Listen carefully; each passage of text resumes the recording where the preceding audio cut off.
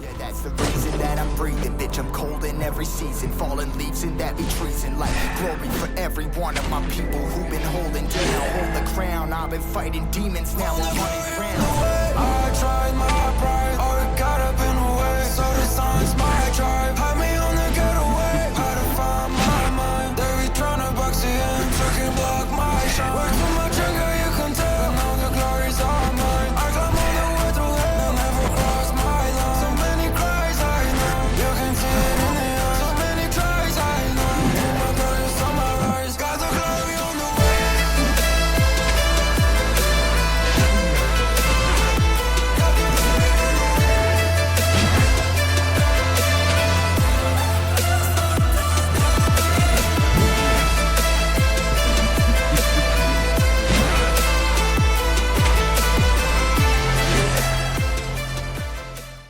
Alright, so today's video is about the hunter that you all know and love, Percy Jackson, the Lightning Thief. Alright, so first of all, I apologize for the clickbait title before y'all go to the comment section and start flaming or canceling me. Now obviously, he can't be the best in the game because breaking wheels just exists. Literally, he is, I'm just gonna call him the retirement home. The retirement home is literally just Percy, but Super Saiyan. I see all these videos and people saying how bad Percy is, right? C tier? Really? Come on now. Like this meme right here is a perfect representation of me right now. Alright, so anyways, I will say that Percy is better than Spider, and on par, if not better than Bloody Queen. Alright. I know, crazy, right? Take a deep breath, relax. Alright, I'll explain. Starting off, we're gonna discuss Percy's strengths and weaknesses. I would divide this into 3 sections that all these tier listers love using. We're gonna say chasing, camping, map presence / pressure, whatever you're into. Alright, so first of all, chase. Percy is one of the best chase hunters in the game, alright? This is irrefutable. This guy can kill someone consistently in 15 seconds into a match. No other hunter does that, alright? He's like, if the Percy uses his skills properly, he is basically unkiteable, right? You spawn it, okay, imagine this, right? You spawn in, you run up to the nearest cipher, give it a good old belly rub, and then 2 seconds later, this one-man FBI team busts in and annihilates you, right? We've all experienced that at least once from a Percy. If you haven't experienced that, then let me go ahead and tell you why, while we watch Percy make some people his baka. Did I really just say that? Alright, we'll pretend I didn't say that. First of all, you can't tight kite him. He literally Hulk smashes pallets. Like, he jumps over walls, and on top of that, you can't even stun him. Like, this is all given that Percy knows what he's doing, of course. If he doesn't know what he's doing, then he's garbage. Okay, if you try to transition him, you get a sword handle right up Main Street, alright? It ain't pleasant, and I'm sure these survivors right here can tell you all about that. Buildings won't save you either. Big Boat, Leo's Factory, none of that is going to save you. He is gonna delete you faster than you can delete your search history, right? Now, let's say you're a whole gingerbread man and he can't touch you. That's fine. He can just move on so quickly. Like, he doesn't even need to care about you. He can just bye, have a great time. Like, okay. Alright, this brings up map pressure and mobility, which he also excels in. His dash recharges relatively quickly, like 10 seconds or so, I believe, per dash, with no cooldown between each dash. Alright, on a really big map like Eversleeping and Moonlit, it won't be that bad, right? Like, you can't get across the whole map in like 2 seconds, like breaking wheels. But on smaller maps like Church, you're going to feel the heat, alright? Pun very much intended. Now we're going to talk about camping, which is one of his biggest weaknesses. Can't argue with that, right?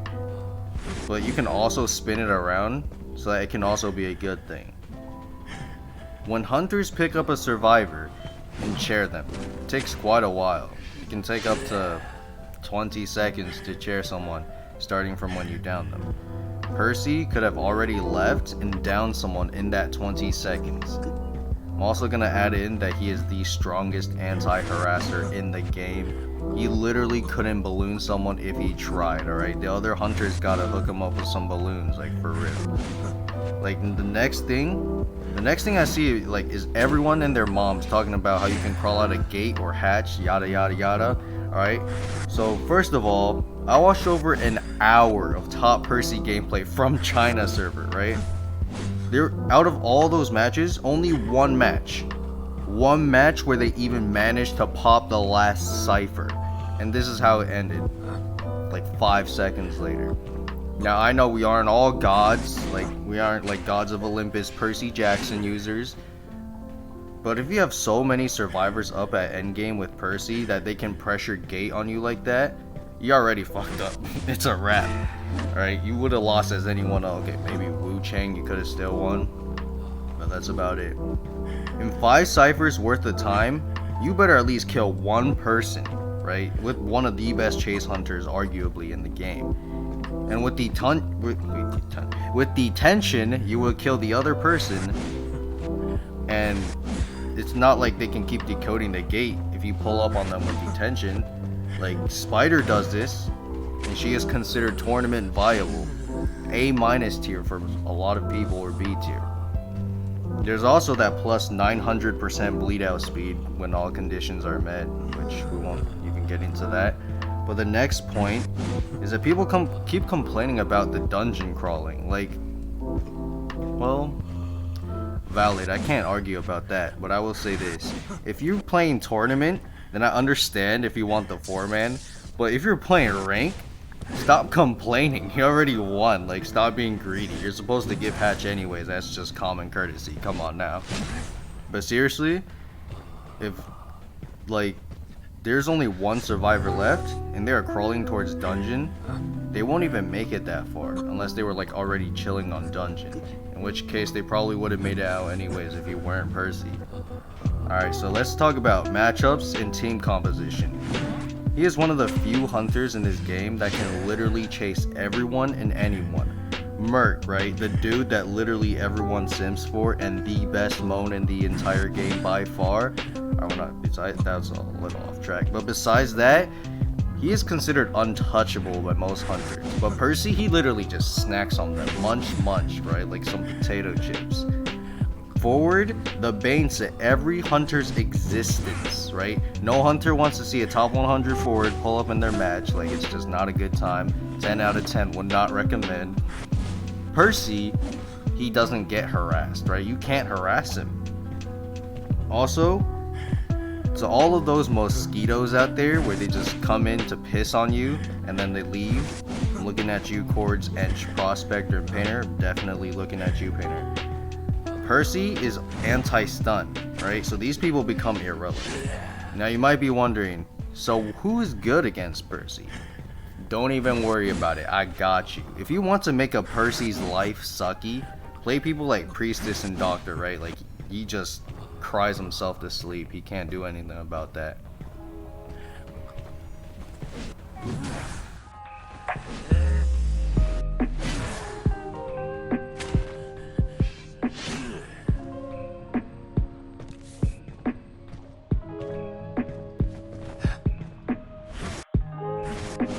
Back to what I said about Percy being better than Spider and Bloody Queen. We're gonna refer back to the 3 essentials of hunting: chasing, camping, and map pressure. Percy is stronger than Spider in both chasing and map pressure. Sure, Spider can be tough to kite, but Spider won't be jumping over walls, and she definitely won't be hitting you through walls. Not to mention, her pallet breaking is insufferably slow. And the rotation early game, by the time a Spider even reaches a target on a top team, a Percy of the same skill level would have already downed someone. Now, map pressure and mobility, do I even need to explain? Like, Percy is just way better at covering ground than Spider will ever be. Although I do understand that when you're trying to tight kite her, she's like a whole weasel. But the one thing that Spider does have on Percy is the ability to chair someone. Spider and Percy have like the same ability to not care about harassers because Spider has a cocoon. Percy just leaves to get milk.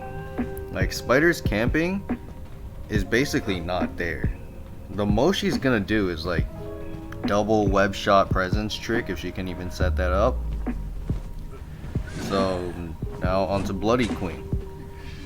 I will say that Percy's chase is stronger than Bloody Queen's, and here's why. Let's compare their goodies. Alright, not in that way. Get your mind out the gutter. Match starts, she has to wait 8 seconds before she can use her ability. Percy spawns into a match. In 8 seconds, he can easily be on top of someone already, and maybe he might even injure them already. Bloody Queen Mirror takes around 28 seconds for the full cycle. If you miss Mirror, you're getting whipped. Percy has 5 dashes, no cooldown, and 10 seconds to build up each stack, alright? Bloody Queen will on average need 2 mirrors to kill someone. 3 from Seer if they have it. This is gonna take around 70 seconds, assuming that you know spawns and you can hit surgical mirrors. Percy with good power control can dash on you at 50% energy, at which point you can't use pallets to help you anymore. Similar to how Bloody Queen's mirror also like forces you away from pallets, or like you can't use it. He can also hit you for free with his second ability if you ever choose to vault. If he knows you're vaulting, boom, second ability, you just get smacked. Map pressure, I would say about the same for Bloody Queen, right? And Percy, like Bloody Queen can camp while sending a mirror to like a cipher. Percy just leaves the person and goes to a cipher, and it accomplishes about the same thing. Now, something that not enough people talk about is traits. Percy is able to bring peepers or abnormal to facilitate his map pressure. Ooh, big boy word. Percy's ability to jump over walls and his ability to hit you through walls with his second ability is basically like a blink. So he doesn't even need to bring blink like Bloody Queen. Camping, right? Bloody Queen's camp is basically non-existent. So it's basically the same as Percy's. It's not any better. So because Percy can down someone significantly faster than Bloody Queen, and his ability to control Cypher Rush with peepers and abnormal, I believe that Percy is an overall stronger choice than Bloody Queen.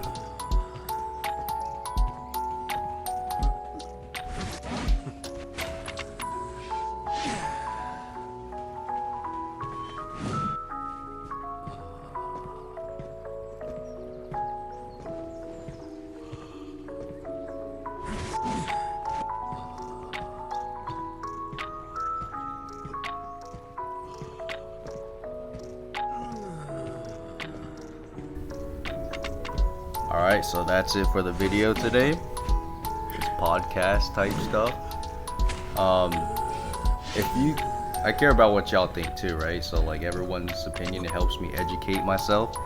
So like, if I missed anything, or if you want to refute any of the points I made, if you want to try to change my mind, and you can go ahead and let me know, and I'll hear you out, even if it's ridiculous.